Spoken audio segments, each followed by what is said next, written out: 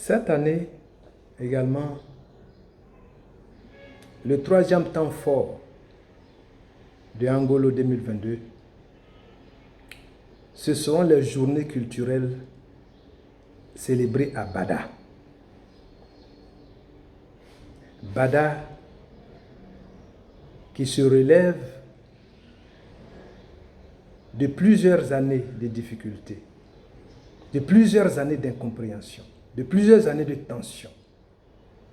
Bada, aujourd'hui, vient célébrer la paix retrouvée, vient célébrer la concorde retrouvée, vient célébrer le retour aux sources.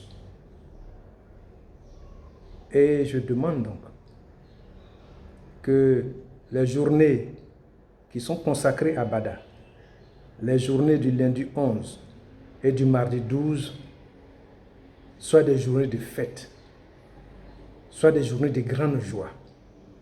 Et nous demandons une bonne mobilisation, une grande mobilisation de tout le monde.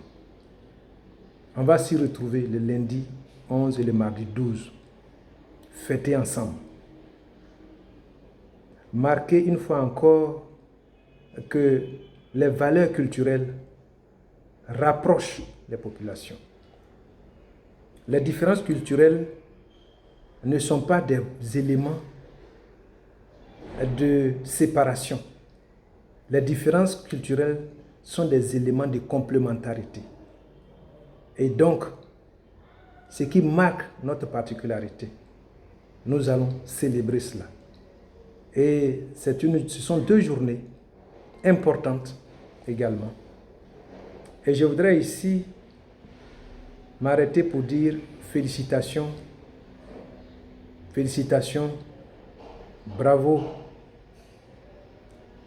au frère Amadou Koulibaly, à Namboro, au vieux Bakari, à Fofana l'imam, au doyen de tous, le doyen Djongé, ainsi que tous les autres vieux qui sont là-bas, et toutes les braves femmes de Bada. Remercier et féliciter le président des jeunes, Sendou, et toute son équipe pour le travail qui est fait. Félicitations à vous. Mais en même temps, vous aurez du monde à gérer. Et on sait pouvoir compter sur vous pour que tout se passe bien et que les gens soient contents en arrivant, contents en repartant. Et pour ce faire, vous nous avez déjà donné toute l'assurance et on sait pouvoir compter sur vous. En tout cas, merci beaucoup pour ça. Ce sont deux journées importantes et qui constituent le troisième point fort de Angolo 2022. Le quatrième point fort de Angolo 2022, ce sont également deux journées. Le mercredi 12 et le jeudi 13 octobre.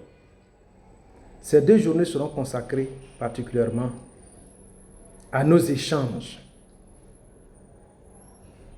À nos échanges. Je peux dire, c'est la colonne vertébrale de Angolo 2022. On dit les états généraux du développement de la collectivité de Nakara Bada. Ça veut dire quoi? Ça veut dire qu'on vient faire un point, jeter un regard dans le passé, regarder dans le présent à quel stade nous sommes et déterminer comment nous voulons être dans 5 ans, dans 10 ans, dans 15 ans, dans 20 ans. C'est ça le sens des états généraux.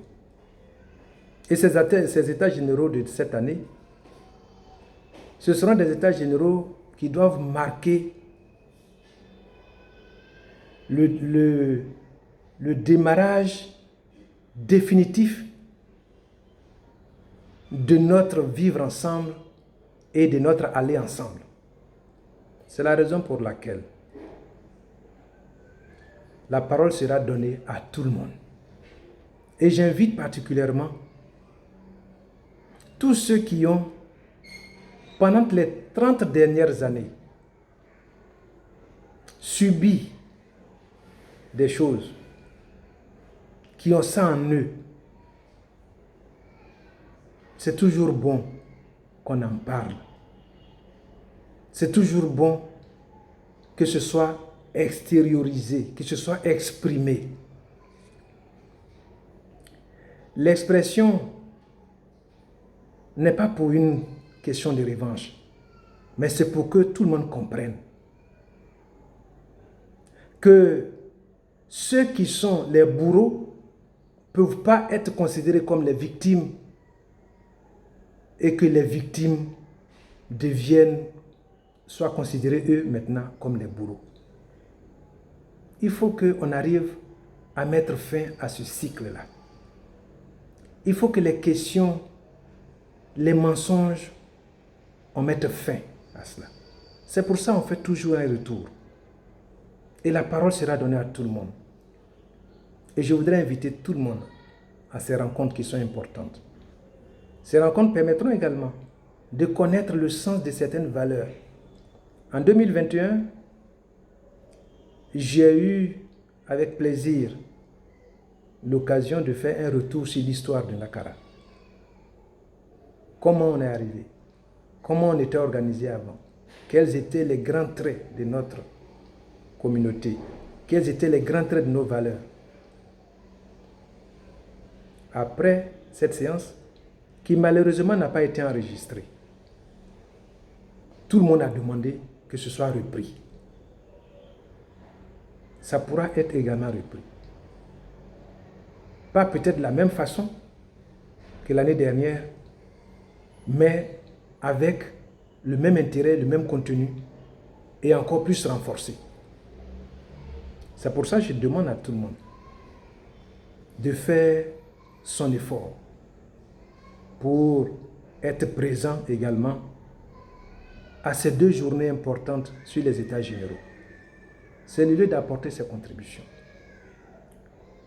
Les États généraux ont pour objectif non seulement de faire un parcours du passé, mais aussi de rappeler qu'une communauté vit sur des règles. On ne peut jamais évoluer dans le désordre. On ne peut jamais évoluer dans l'indiscipline. La différence entre nous, nos communautés, que ce soit chez nous, que ce soit partout ailleurs, quand vous faites une différence entre 2 communautés dans le terme d'évolution, c'est la discipline. Toutes les communautés qui sont disciplinées sont avancées que celles qui sont désorganisées. Même les fourmis. Les fourmis, quand vous les voyez, elles marchent là, elles sont organisées. C'est leur organisation, c'est leur discipline là qui les rend des fourmis fortes. Mais si elles sont isolées, chacune de son côté en train de partir, on les écrase comme s'il n'y a rien. Mais quand elles sont ensemble, quelle que soit notre force, on fuit d'abord. C'est comme ça partout. Quand vous prenez les communautés dans les pays où on dit qu'ils sont développés, quand vous arrivez, c'est la discipline, rien d'autre que ça. Mais la discipline, c'est quoi? C'est le respect de nos règles qu'on a acceptées. C'est les règles qui ont été établies, les règles qu'on est venu trouver et celles que nous-mêmes on a ajoutées. C'est ça nos règles. Il faut qu'on comprenne ça. Et c'est pourquoi tout le monde doit pouvoir venir s'exprimer, venir comprendre, pour ne pas que quelqu'un se dise « je ne sais pas ». Parce que tout le monde est censé savoir. Je voudrais donc dire, appeler tout le monde aux États généraux. Et les États généraux de cette année, c'est pour qu'une fois qu'on a fini ça, maintenant, on s'en va devant. On va de l'avant. On ne va plus revenir sur des détails inutiles. Et ce qui est également important, toutes les décisions, toutes les règles traditionnelles, toutes nos valeurs traditionnelles seront appliquées strictement, respectées strictement. Que personne ne pense qu'il est au-delà de sa communauté.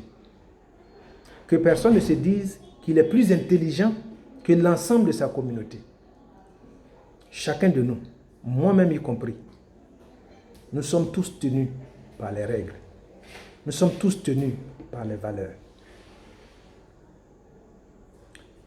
Et au cours des États généraux, on comprendra tous pourquoi on est retourné à la sous-préfecture de Tchénimboué.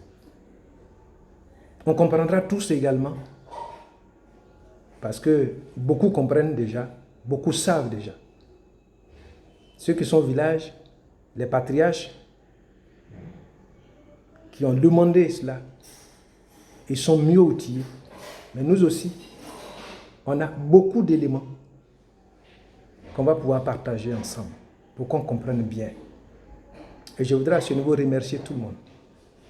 Parce que à notre retour à la sous-préfecture, il ne faut pas qu'on oublie aussi qu'on a un grand rendez-vous. Parce que le retour est aussi un retour même de notre fichier électoral. Et comme les choses, l'actualisation des fichiers électoraux vont se faire bientôt, tous ces éléments vont faire partie de nos échanges afin que nous puissions tous être mobilisés et tous comprendre ce qu'on a à faire. Et je voudrais donc dire qu'avec les États généraux, on est vraiment appelé à nous exprimer. Que chacun de nous se prépare à cela, dans la tolérance, dans l'écoute, dans la compréhension, mais dans la vérité aussi, dans la sincérité et dans l'engagement vrai. Il ne s'agira pas seulement de parler. Il s'agira aussi de comprendre que ce qui est déjà arrêté sera appliqué. Vous savez, on aura le temps d'en parler, mais je fais juste une ouverture là-dessus. Quand je suis arrivé à la chefferie, les parents étaient tellement martyrisés, tellement traumatisés par les convocations, avec toutes les complicités que vous pouvez imaginer. J'ai demandé l'application pure et simple de ce que quand il y a dans un village une chefferie, son premier rôle, c'est de régler de façon amiable tous les litiges. Tous les litiges entre les hommes, entre les communautés. Notre rôle en tant que chef traditionnel, c'est de faire respecter ça, régler cela de façon amiable. Mais cette demande, cette décision de faire ce travail a été présentée comme si Nakara créait sa propre loi. Or, le règlement amiable fait partie de la loi de la Côte d'Ivoire. Le règlement amiable fait partie de la loi de la Côte d'Ivoire. Et c'est d'ailleurs même en s'appuyant sur cette loi que, aujourd'hui, ceux qui sont allés dire que ce n'était pas normal à appliquer, disent aux gens, allons nous asseoir, on va parler. Quand on s'assoit pour parler là, c'est ça qu'on appelle règlement amiable. Et c'est ce que j'ai demandé depuis 2012. Et c'est ce qui a été utilisé comme argument pour combattre le village de Nakara et le village de Bada, ainsi que toute la communauté, la collectivité Nakara-Bada. C'est bon qu'on comprenne tout ça. Rien n'a été fait au hasard. Tout ce qui a été proposé au village, c'était en conformité avec les lois de la Côte d'Ivoire. Et nos règles qui sont appliquées à Nakara sont en conformité avec les lois de la Côte d'Ivoire. C'est pour ça que les États généraux sont importants pour qu'on soit sur la même longueur d'onde et que quand on marche avec la même cadence parce qu'on a la même compréhension. Ça, c'est pour ce qui concerne ces 2 journées des États généraux.